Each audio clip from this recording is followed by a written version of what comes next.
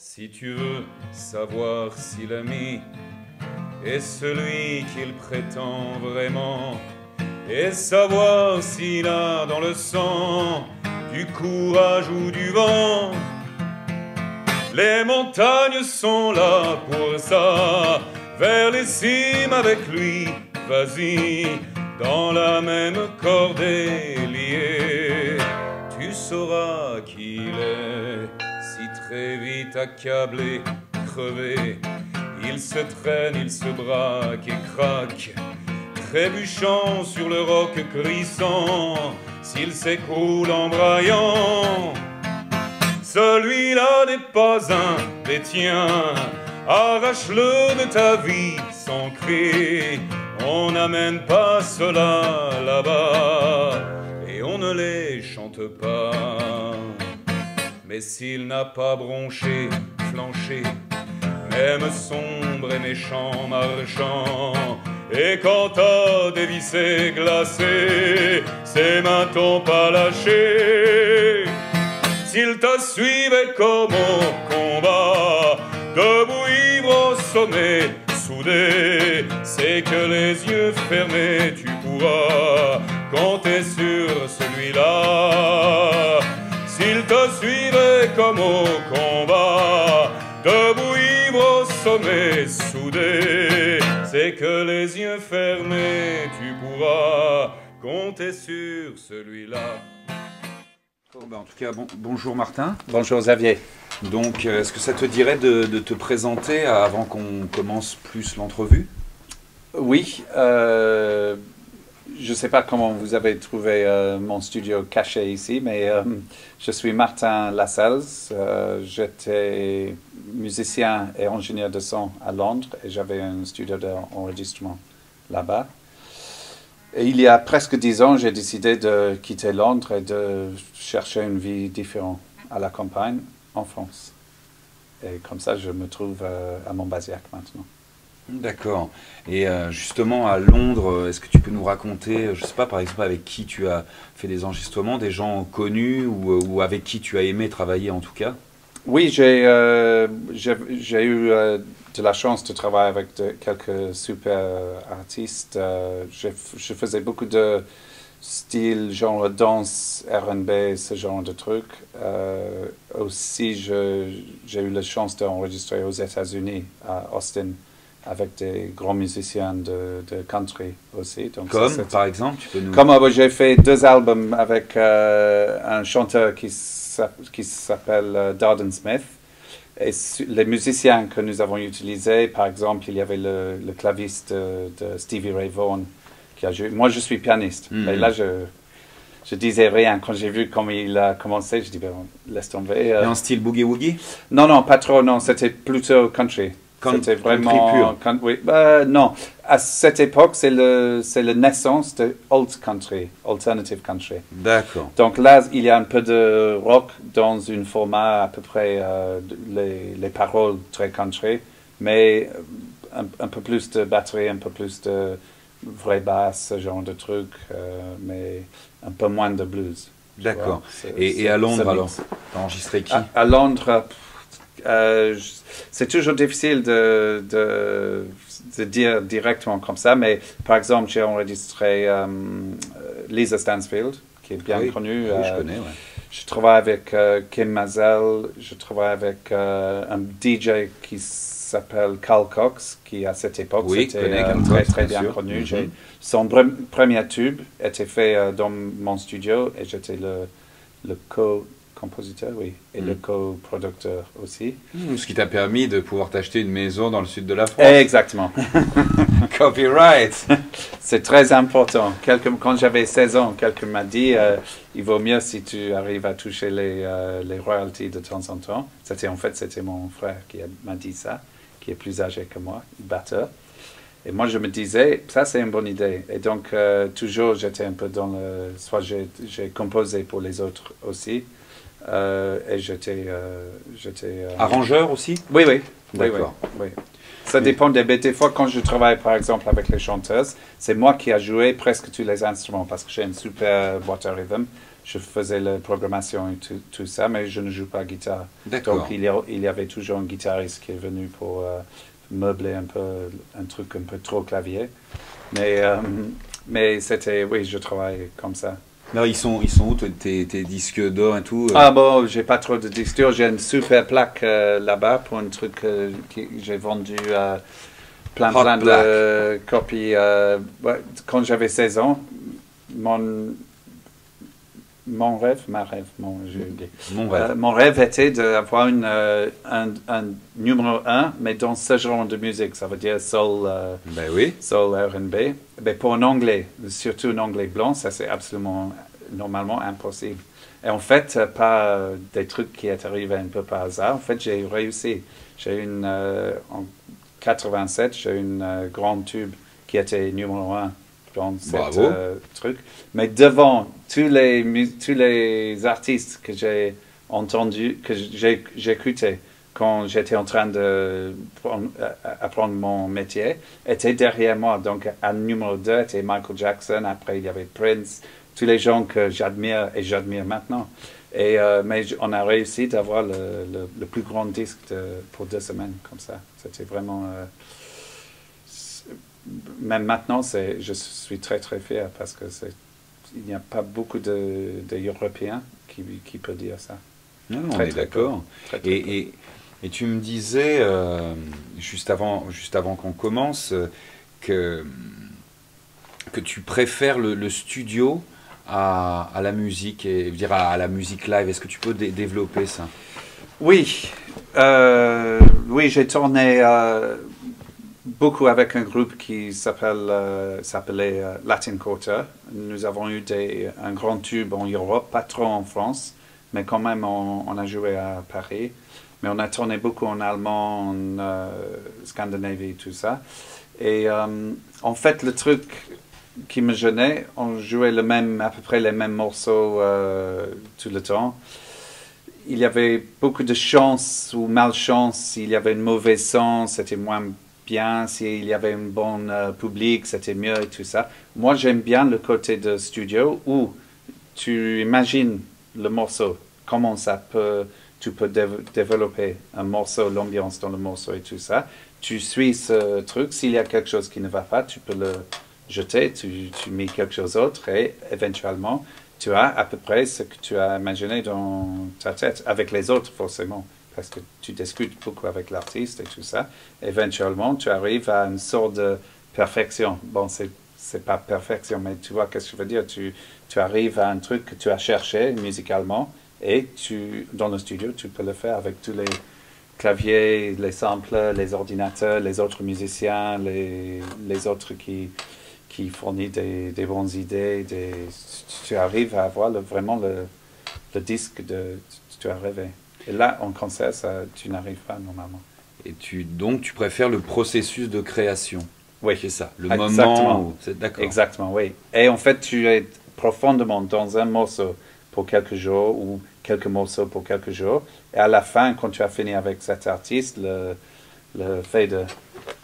c'est fini, tu vois, et le lundi matin, tu travailles avec quelqu'un d'autre, sur les autres morceaux. Ça j'adore ça. Et au niveau du studio en lui-même, tu es plutôt partisan du numérique, de l'analogue? Ah oui, moi je suis de la génération entre. D'accord. Donc les premiers trucs que j'ai fait dans le studio, c'était vraiment analogue.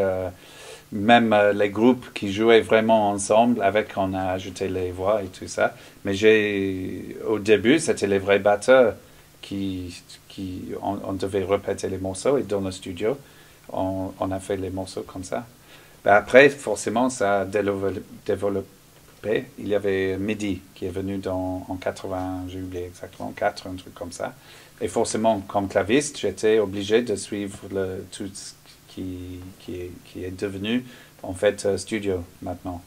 Mais avec un clavier, tu contrôles plein de trucs. Donc déjà, c'est facile dans le studio si tu joues déjà.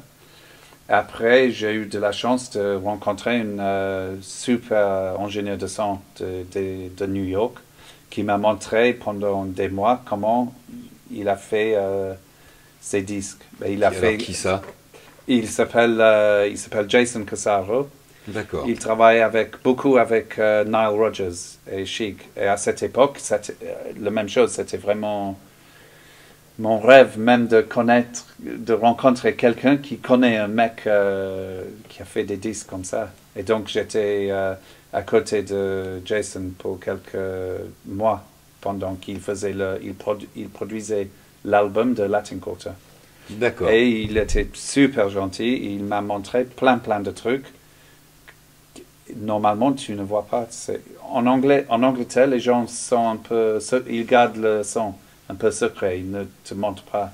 Mais lui, chaque fois, j'ai demandé pourquoi tu ajoutes ça, qu'est-ce que c'est l'idée derrière le truc de batterie que tu fais. Il m'a expliqué tout. Il a expliqué même le philosophe, si tu veux, derrière le côté technique. Mais il a expliqué les deux. Et un jour, j'ai demandé, mais pourquoi tu m'expliques tout? Et il m'a dit, mais demain, j'aurai une meilleure idée. C'est pas C'est mal, une bonne ça. réponse, oui, j'aimais bien ça. Oui. Et est-ce que tu as des micros fétiches ou est-ce que t'es ou pas tellement? Pas trop, non. Non. J'ai une audio technique que j'ai utilisée pendant des années maintenant. Et si je travaille dans un autre studio, je n'arrive pas avec mes micros, j'utilise les micros des autres. Il y a un micro que j'ai utilisé, un Calrec Soundfield, mais là, j'ai oublié combien de 1000 €, et en plus, il faut un ingénieur technique, parce que ça tombe en panne régulièrement, c'est très compliqué. Mais je veux dire un vieux micro à ruban, c'est ça? Non, c'est un truc avec 5 capsules dedans. D'accord, micro-capsule. Et tu peux faire des prises stéréo avec un micro. Mais le truc est incroyable. Après, tu peux contrôler comment on dit en français, ça c'est difficile. Ça s'appelle une sound field parce qu'après, tu peux contrôler le field si tu veux. Oui, donc, si tu as pris, si tu as pris très large, tu peux réduire, par exemple. Avec les 5 capsules, tu peux remixer les 5 capsules pour avoir quelque chose de plus concentré ou plutôt ambiance live et tout ça. Mais le son, moi, j'ai jamais utilisé trop pour les grandes prises de son live parce que je travaille normalement avec les batteries dans une autre pièce et tout ça. Mais pour les voix, c'était incroyable parce que avant que tu touchais les effets et tout ça, tu peux travailler avec les capsules pour la présence, en fait. Et ça, c'était super. Mais malheureusement, je n'ai pas celui-là. Mais après, les grands micros sont les grands micros, les Neumann U87, tout ça. Mais j'en ai pas. Il faut 2000 € juste pour le micro. Donc, c'est déjà un studio, c'est un grand investissement. Je ne sais pas combien de 1000 j'ai déjà investi dans les micros, mais si tu commences à avoir des pertes de ce genre de micros, tu arrives à 20 000 € rapidement. Ah oui, carrément. et du coup, en studio avec des artistes qui viennent te voir, tu aimes le travail vite fait, bien fait ou prendre son temps? Qu'est-ce que tu préfères? Je travaille beaucoup, très long. À Londres, j'avais toujours trouvé une autre chose à faire. Mais maintenant, j'essaie de travailler beaucoup plus rapide qu'à cette époque. Le problème, quand tu as à Londres, je travaille toujours pour les maisons de disques. Et quand tu as une maison de disques derrière, il faut que tu livres à la fin du projet, il faut que tu lui donne un truc qui, toi, tu crois que c'est le niveau nécessaire. Et donc, si tu sais qu'il y a quelque chose que tu peux changer, tu peux améliorer, on est très tenté de continuer. Oui. Donc ici, je travaille avec surtout les artistes, les groupes, presque tous mes clients viennent d'Aquitaine, pas plus loin que Aquitaine, mais beaucoup de Bergerac ou Périgueux, mais pas très loin. Et les gens, normalement, il n'y a pas de maison de disques, il n'y a pas de grand budget. Les gens arrivent avec quelques centaines ou peut-être quelques 1000 €, mais pas plus de ça.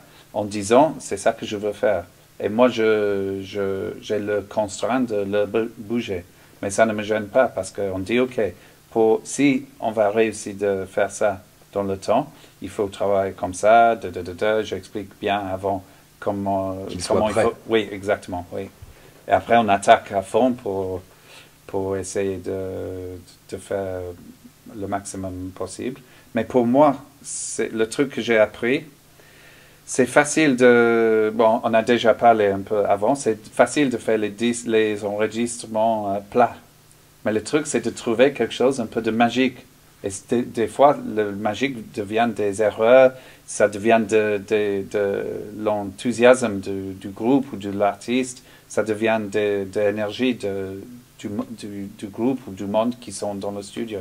Donc Et ça, ce côté, j'adore, j'aime bien. Donc tu préfères une prise vivante que du overdub Absolument, oui. Ouais. Oui, Ou oui. alors éditer Oui. le moindre... Oui, oui, je passais. C'est un peu ça que j'ai quitté, pour ça que j'ai quitté Londres, parce que je passais toutes mes journées en train de couper. Et il y avait un moment où tu te dis, mais ça, j'ai jamais imaginé que je vais passer mon métier comme programmeur d'ordinateur. C'est pas du tout. Oui, Quand j'ai commencé, quand j'ai joué dans les groupes, j'étais pianiste, c'était pour la musique. Et maintenant, c'est plutôt, c'est pour la musique, c'est pas pour être programmeur. Et justement, ici, parce que tu nous parlais de groupes qui viennent d'Aquitaine, tu as enregistré qui comme groupe, mais des coups de cœur que tu as eus? J'ai travaillé récemment avec Annie Flo Bachialis, j'ai du mal à dire son deuxième nom, et elle chante super bien.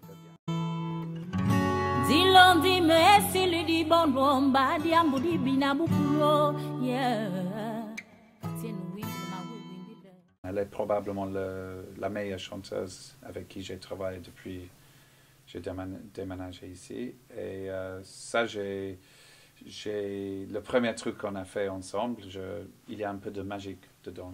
J'aime bien le morceau. Mais le problème toujours après, c'est l'exportation. Qu'est-ce qu'on peut faire maintenant? C'est mon chant où je sème la différence. Dans ce chant, il y a mes racines qui chantent à l'être d'être lui. Le chant, c'est mon chant. Quand il n'y avait pas de X-Factor ou c'est quoi en France, La Voix ou ce genre d'émission, si tu n'arrives pas dans ce genre où tu n'as pas une maison de disques, comment tu peux faire une promo? Bon, ça c'est une autre question. Mais donc j'ai dit ça parce que c'était un peu dommage que le truc qu'on a fait j'ai fait avec Annie Flo est passé un peu pas trop marqué. Elle a fait un clip, c'était sur YouTube, mais sans promotion, qu'est-ce qu'elle pouvait faire avec Elle a tourné un peu? Un peu, mais pas beaucoup. D'accord. Je pensais elle va organiser. Mais ça, c'est difficile aussi, mais ça, c'est pas Ton domaine? Oui, pas du tout, non. Et sinon, tu as enregistré des groupes? Des groupes, j'ai eu un groupe de Bordeaux, mais il y a quelques moments qui s'appelaient Belly Urchins, qui jouaient très bien. J'ai eu Jamie Anderson, il fait beaucoup de concerts dans le coin. Quelque chose, ça. Son groupe s'appelle Kicking... Non, attends. Crazy, non, j'ai oublié. Mais Jamie Anderson. Et il a fait quelques morceaux, mais un morceau que j'adore, qu'il a enregistré ici. Après, il y avait un autre groupe qui venait de Bordeaux. C'est eux qui s'appelaient Kicking Horses, c'est ça, oui. Le batteur vient du coin, mais le reste venait de... Et ça, c'était la même chose, un morceau qui était vraiment excellent. Et je travaille avec... la plupart des rappeurs de Bergerac viennent ici parce que je ne suis pas spécialiste, mais c'est un genre que je comprends très bien. Et donc j'ai beaucoup de jeunes, pas forcément jeunes, mais je pense le plus jeune, il a 16 ans ou 17 ans maintenant, jusqu'à, il y a Yassimo qui vient, il a 28 ans je pense maintenant. Mais je enregistre beaucoup avec eux, et dans le morceau, il y a quelques super trucs aussi. Donc c'est divers. Et en plus, je travaille, j'ai fait beaucoup d'éditions pour pour, par exemple, le musical sur Bergerac, et aussi je travaille pour Dominique Brezac, qui fait les feux d'artifice un peu internationaux. D'accord. Je prépare ces spectacles ici, donc c'est très divers le travail. Ça dépend vraiment quel jour. Et alors comment ça se passe justement, un groupe, un artiste local qui vient chez toi, la journée de studio chez toi, c'est combien à peu près? C'est variable ou c'est... Explique-nous. Non, ben, l'idée de mon tarif, c'est très simple. C'est toujours le même tarif à l'heure. Ben, je fais un tarif journée. J'essaie, et je pense que mes clients vont dire la même chose, j'essaie d'être généreux, si tu veux. Si on est en un morceau qui va très très bien, tout le monde avec la bonne énergie, mais je ne dis pas, bon, on arrête parce qu'on a dit 10 heures et c'est 10 heures, donc c'est fini, je continue. Donc, le côté finance, c'est pas hyper rigide. Et en plus, comme j'ai dit, c'est très simple. Même si quelqu'un vient ici, si je joue, c'est le même tarif que si je ne joue pas et je donne les conseils. Mais moi, je travaille comme un réalisateur. Ça veut dire que je donne beaucoup de conseils, surtout pour accélérer le procès.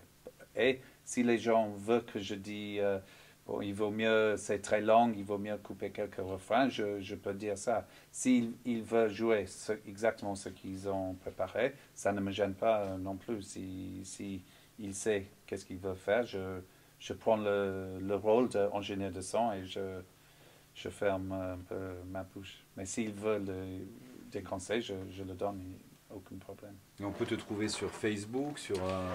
En fait, je pense que j'ai dit au début, moi j'ai fait une publicité absolument minable. J'ai un listing sur les pages jeunes, mais même je parle toujours que je vais faire un site internet, je vais faire mon page Facebook pour le studio et tout ça. C'est compliqué à expliquer, mais